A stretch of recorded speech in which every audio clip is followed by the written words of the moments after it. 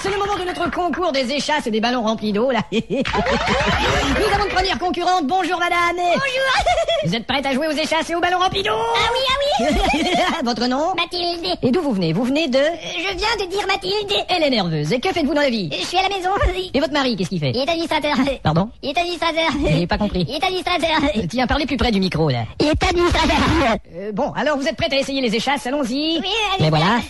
Vas-y, essayez de les mettre. C'est pas facile, c'est pas facile. Attention. Alors essayez de faire quelques pas, voir si vous êtes à l'aise avec vos échasses.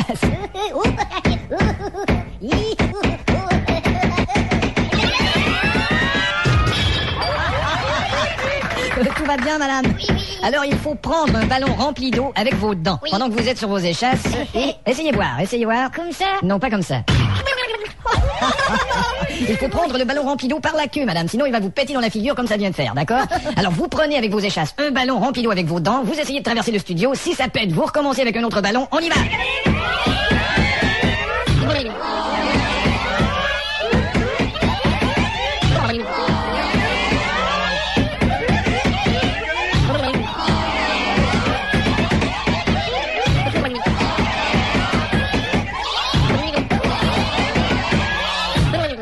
Pauvre madame, ils ont tous pété! Et merde. Et regardez-moi ce studio, il y a de l'eau partout!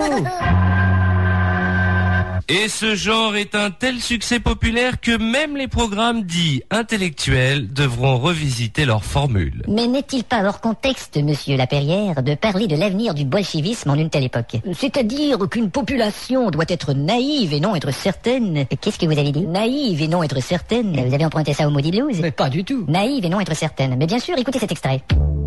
Naïve et non être certaine. Vous voyez bien. Je me suis fait attraper. Alors c'est maintenant le moment de la partie populaire de l'émission. Vous avez bien vos échasses? Oui, dites-moi seulement où sont les ballons remplis d'eau.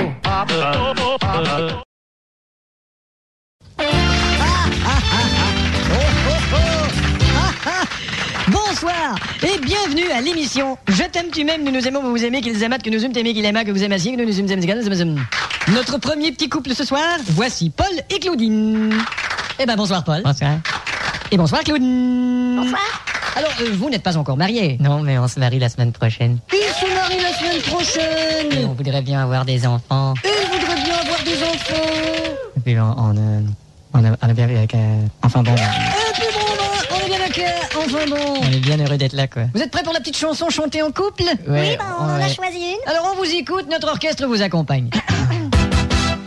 C'est un beau roman, c'est une belle histoire. C'est une romance d'aujourd'hui. Ils se sont laissés au bord du chemin.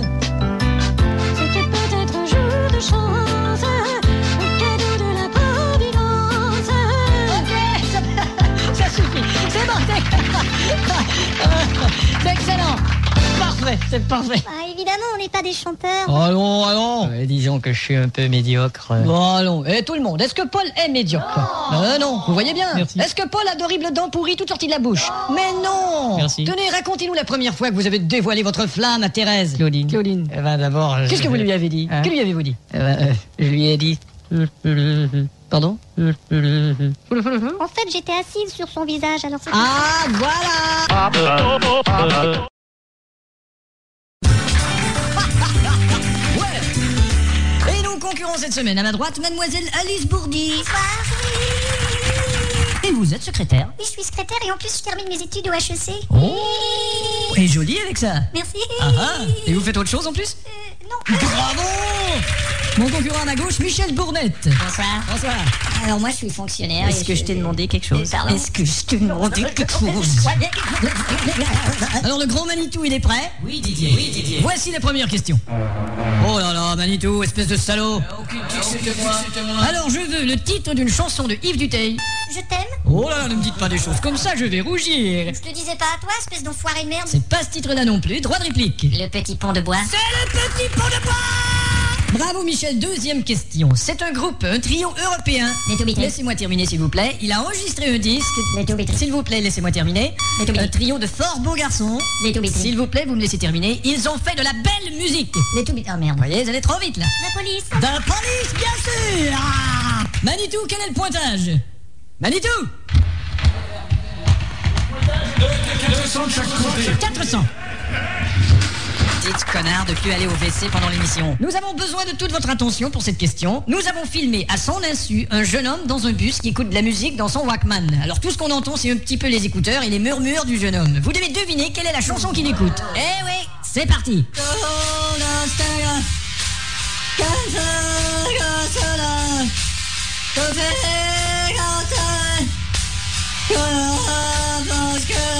Oh là là, alors savez-vous ce que chante le jeune homme? J'ai aucune idée. Je sais pas moi non plus. Alors voilà la réponse, on écoute la vraie chanson interprétée par l'artiste.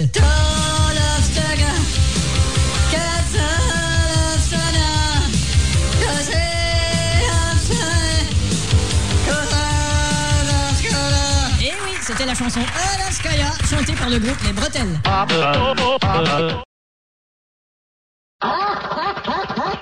Bonsoir tout le monde, bonsoir Grand Argentier. Bonsoir Didier. Ah, je sens qu'on va bien s'amuser, voilà notre premier jeu. Eh bien, on a une petite dame ici, votre nom c'est Claire. Non, c'est Chantal. Alors le jeu consiste à pédaler sur le pédalier que vous voyez. Et ça fait tourner un disque vinyle à une vitesse irrégulière, mais vous devez deviner quand même quelle est la chanson du disque. Ah. C'est clair? Non, c'est Chantal. On y va.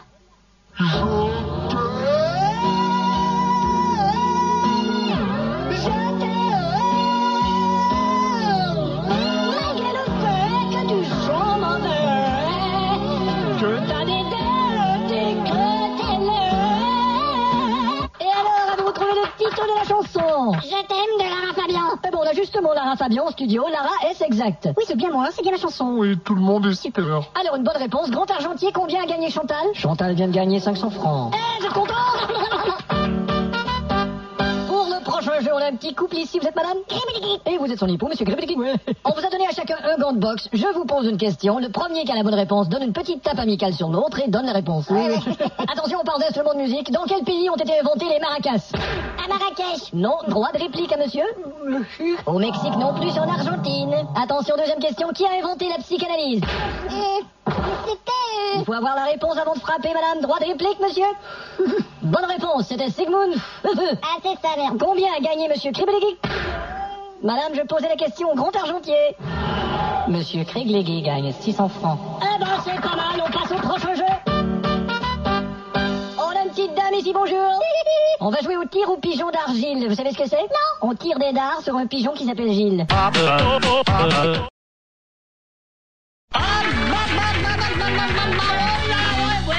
Bonsoir, bienvenue à Question-Réponse, toujours les mêmes concurrents. À ma droite, Patrick. Vous avez accumulé 7000 francs, Patrick. C'est exact, oui. Et vous êtes très intelligent. Ah bah merci beaucoup. D'ailleurs, vous avez d'énormes lunettes. Je les ai toujours eues. Vous n'allez pas les enlever, voir? Attendez. Voilà. Ça y est, maintenant on vous entend beaucoup mieux. Je sais pas où les mettre, par contre. Posez-les par terre, tiens. Ah, d'accord. C'est ça. Notre deuxième concurrent moins fortuné, Michel. Bonsoir. Aucune bonne réponse, 0 francs. Ouais, mais c'est fou. Comment expliquez-vous ça? Ah, je sais pas trop. Pardon? Je sais pas qu'est-ce qui... Quoi? Je sais pas qu'est-ce qu'il est. Bon, allez, ça ira mieux aujourd'hui. Première série de questions. Patrick, vous êtes prêt? Oui. À quel endroit? En Caroline du Nord. Bonne réponse. Deuxième question. Quand? En juillet 1925. Bonne réponse. Troisième question. Qui? La comtesse de Ségur. Bonne réponse. Et quel est... L'avion à réaction. Bonne réponse, mais comment avez-vous... J'ai lu les réponses sur votre carton qui est à l'envers. Toutes les réponses sont bonnes. 2000 francs. Autour de Michel. Oui. Une petite facile. Aux États-Unis, dans quel état se trouve la Maison Blanche? Dans un parfait état? 0 francs, Michel. Oh merde. 0 francs, Michel. 0 francs. Ça ne va pas bien, Michel. Bon, tiens, une question cadeau. D'accord. Dans le groupe Les Beatles, de quel instrument jouait Ringo Starr? On le souffle pas dans la salle, s'il vous plaît. L'instrument avant? Non, ça se joue avec des baguettes. Ah, il jouait des sushis. Ah là là là là là là. Au fait, Michel, où êtes-vous né? À Nancy. À Neuilly, Michel, encore une mauvaise réponse. On peut pas toutes les avoir. Le jeu suivant, je commence à fredonner une petite chanson et vous fredonnez la suite. Attention, vous êtes prêt, Patrick? Oui. La Maison sous les arbres. Bravo! Michel, chantez-moi la suite de Au clair de la lune. Vive les Bretons. C'est pas grave, on va en essayer une autre, Michel, c'est tout, allez, on y va. La mer, Michel qui a perdu son chat. qu'on voit danser Pretty woman. le long Des copains d'abord. des golfes clairs, merde. Ah, c'était celle de Beko. Eh ben Patrick, vous êtes tout près de 10 000 francs, Michel toujours 0 francs. Ouais. Et c'est la dernière étape, le champ de mine, vous êtes prêts? Oui. Alors Patrick, vous traversez le champ de mine sans en faire éclater aucune? Oui. On y va. Hop, hop, hop, hop, hop. Une réussite. Alors c'est au tour de... Oh là là là là là là. Et voilà, bienvenue à Je me casse la gueule en direct. Nous avons notre concurrent de la semaine dernière, Marcel. Notre champion. Marcel, nous avons ici 3 gigantesques hamburgers. Vous allez vous les mettre dans la bouche tous les 3. Et je vous reviens dans quelques minutes.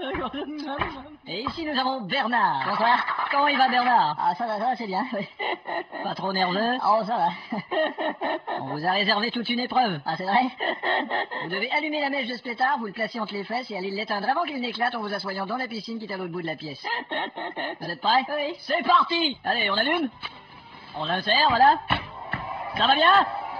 C'est pas grave, on revient en chercher un autre. Allez. Un autre. On y va. Essayez d'aller plus loin. Bon, ça va bien, là. Vous y êtes presque. Éjection du pétard, disqualifié. Bon, il vous reste une chance. D'accord. Vous prenez cette bombe nucléaire qui est là, Ok, ouais. que vous mettez dans le... Voilà. Et vous allez dehors où vous attend un CF-15 que vous devez piloter pour aller échapper la bombe à un endroit où vous ne tuerez personne. D'accord. Bonne chance. Et allons voir Marcel et ses hamburgers. Vous les avez bien tous les 3 dans la bouche? Alors vous devez nous chanter Brassens avec les 3 burgers dans la bouche. Vous êtes prêts? Top, on vous écoute.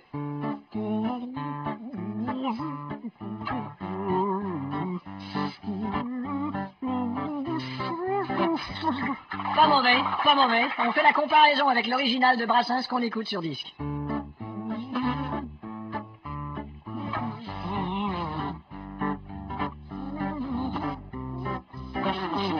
Eh bien, vous étiez encore meilleur que l'original. Mais comptez-vous chanceux que l'accessoiriste ait choisi l'album Brassens chante avec 4 hamburgers dans la bouche.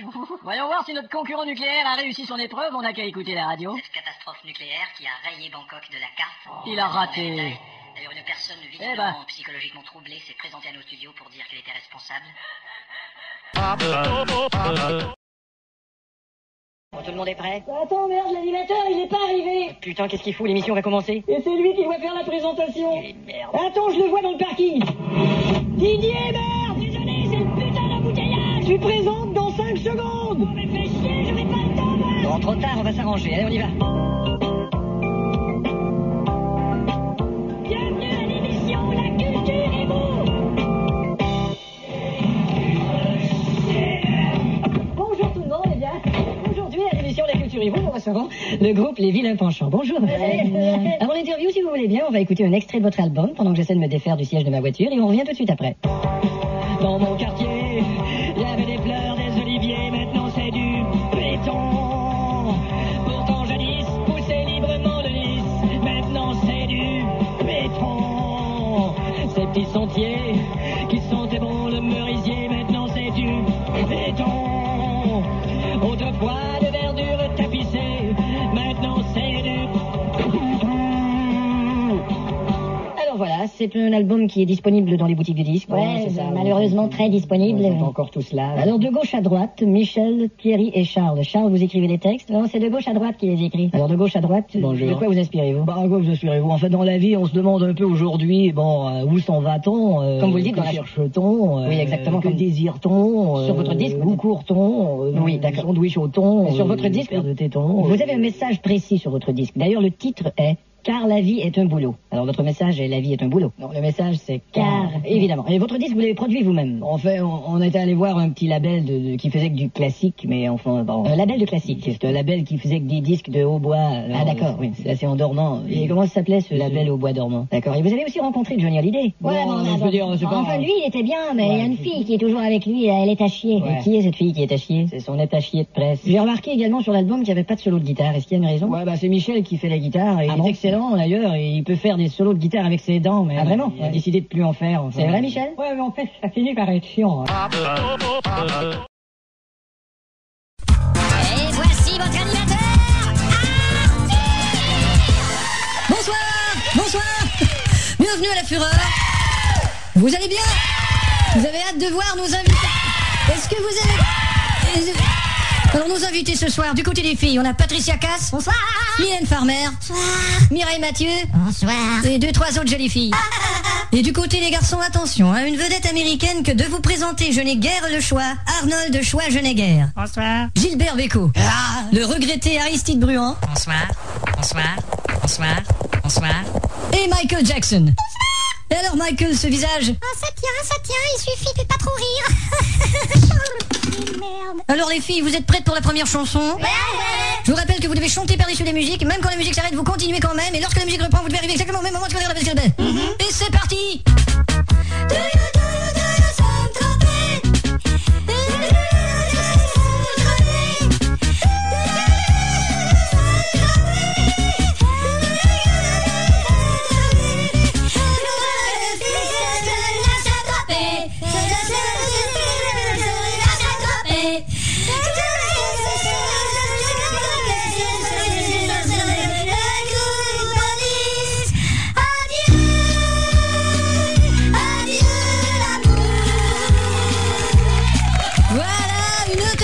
De toute beauté de la part des filles, les mecs, vous avez du fil à retordre. Surtout qu'on a choisi pour vous une chanson arabe et j'espère que vous allez bien vous débrouiller. Oui. Alors c'est à votre tour, on y va.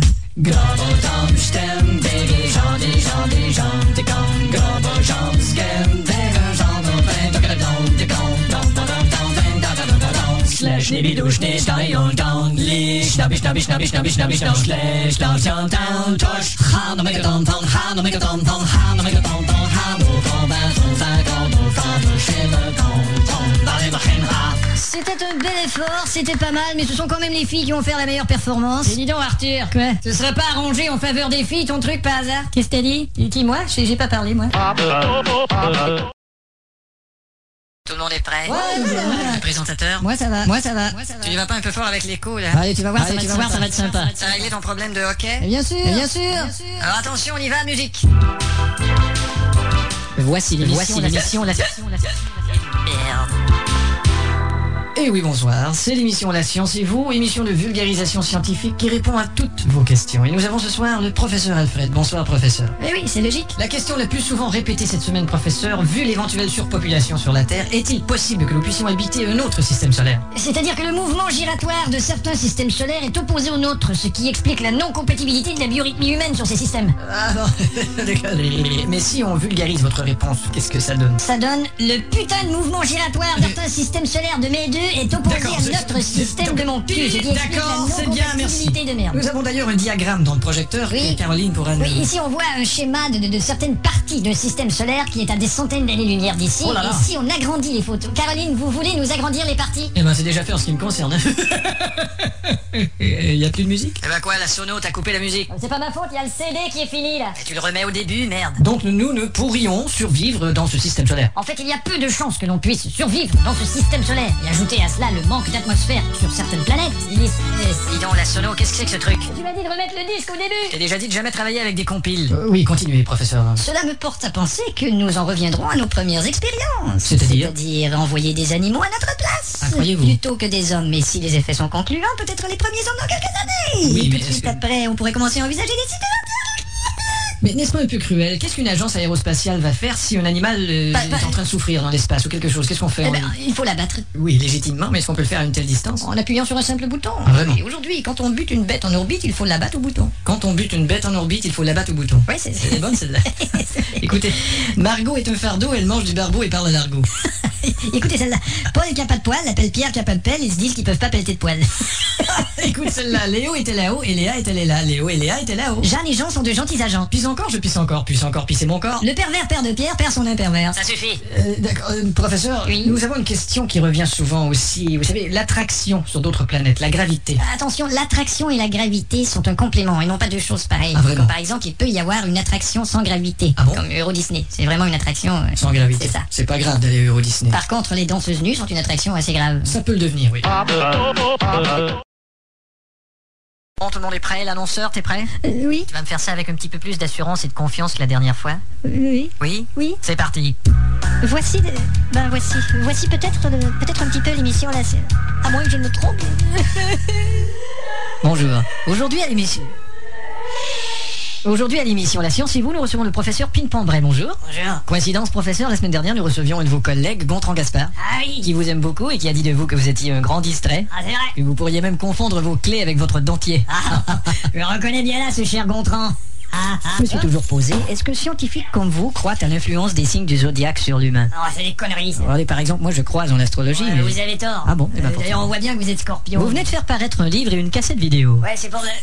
Merde. C'est pour expliquer les rudiments de la science. C'est ça, c'est parce que Faut donner des exemples visuels. Ouais, par exemple... Ah voilà, il y a un extrait à l'écran, vous pouvez l'expliquer. Ouais, alors c'est filmé au microscope, c'est un globule blanc qui s'apprête à s'attaquer à un corps étranger. Et quel est le corps étranger? C'est celui de gauche. Et celui de droite, c'est pas un corps étranger? Non, c'est bien un corps français. D'ailleurs, on peut l'entendre. Vous faites aussi part dans votre livre de votre découverte, ce médicament naturel qui aide à prévenir la déprime. Ouais, ça aide à passer le mois de novembre. Vous m'en avez gentiment envoyé un échantillon, mais je vous avoue que c'est... Ça a pas marché? Bah, Et quand l'avez-vous ingéré? Ingéré? Vous l'avez pas ingéré? Vous m'avez dit de l'introduire dans l'anus et attendre. Non, je vous ai dit de l'introduire à la mi-septembre. Ah bon? Mais sous la langue. Enfin, ce médicament a des propriétés fantastiques. Ouais, bien sûr.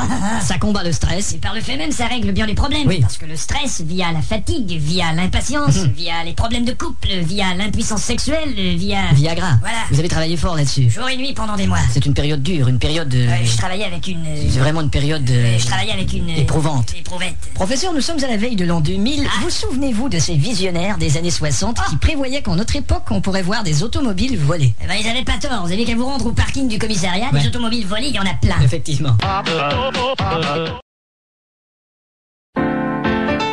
Voici l'émission L'ennui porte conseil. Et voilà, bonsoir, bienvenue à l'ennui porte-conseil. Veuillez excuser notre pianiste qui s'est endormi sur son clavier. Nous avons comme invité ce soir Madame Lisette la petite tarte. Tartelati. Tartelati. Et ça, comment allez-vous? Je vais bien.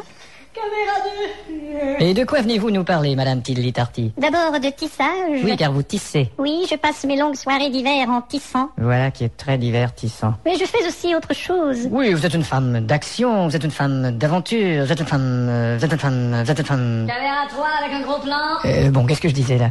Oui, c'est fun. Oui, c'est ça, vous êtes une femme... J'ai d'ailleurs apporté un livre. Ah, vous avez apporté un livre, alors d'où ça vient ce livre? C'est d'un poète, c'est d'un romancier ou c'est d'un... C'est d'un ennui. D'accord, et qu'est-ce que... je sais pas moi, merde. Qu'est-ce que vous faisiez avant le tissage, tiens? Bravo Roger, ça c'est bien récupéré. Je suis une ancienne liseuse de cartes. Vous lisiez La Bonne Aventure dans les cartes? Oui, mais anciennement, je suis une ancienne liseuse. Alors vous êtes cartomancienne. Oui, là. Alors si vous voulez bien, on va faire une pause pour passer une pub totalement sans intérêt. Les protège-poignées de tiroir Moulon et Gastille protègent les poignées de tiroir octogonales d'une taille de 6 cm et sont disponibles en une seule couleur, orange à pois vert. À 400 francs l'unité, peut-être plus, rien compris, aucune garantie. On demande un délai de 18 mois de livraison et le livreur entre chez vous avec ses bottes pleines de boue, il pète et fouille dans votre frigo. Hey, les protège-poignées de tiroir orange à pois vert, Moulon et Gastille, c'est de l'argent que l'on gaspille. Et voilà, de retour en studio, mon prochain invité, Didier de la Casse. Bonjour. Bonjour. Vous avez enfin bonsoir. Alors, vous soufflez des petits animaux Oui, en ballon. Vous oui, soufflez des ballons, ça fait des petits animaux. Je fais des petits animaux en ballon. Oui, en fait, c'est ce qu'on vient de dire. Vous La devez façon dont l'expliquer, je vous avez procède, fait on s'en branle! Faites-nous plutôt une démonstration. Alors, vous avez ici un petit oiseau. Très joli. Et je le souffle. Et voilà. C'est bizarre, je croyais que... Putain de plume. Je croyais que c'était l'inverse, que vous preniez un ballon et que vous le souffliez, ça faisait un petit oiseau. Oh merde, j'ai fait le contraire. Bon, pouvez-vous nous parler un peu de votre vie, tiens, histoire de s'emmerder? Mon grand-père était percepteur d'impôts. On n'a rien à foutre. Mon père était également percepteur d'impôts. Ta gueule, ta Et je gueule. suis aussi percepteur d'impôts. Alors vous êtes passé ça de père en fisc.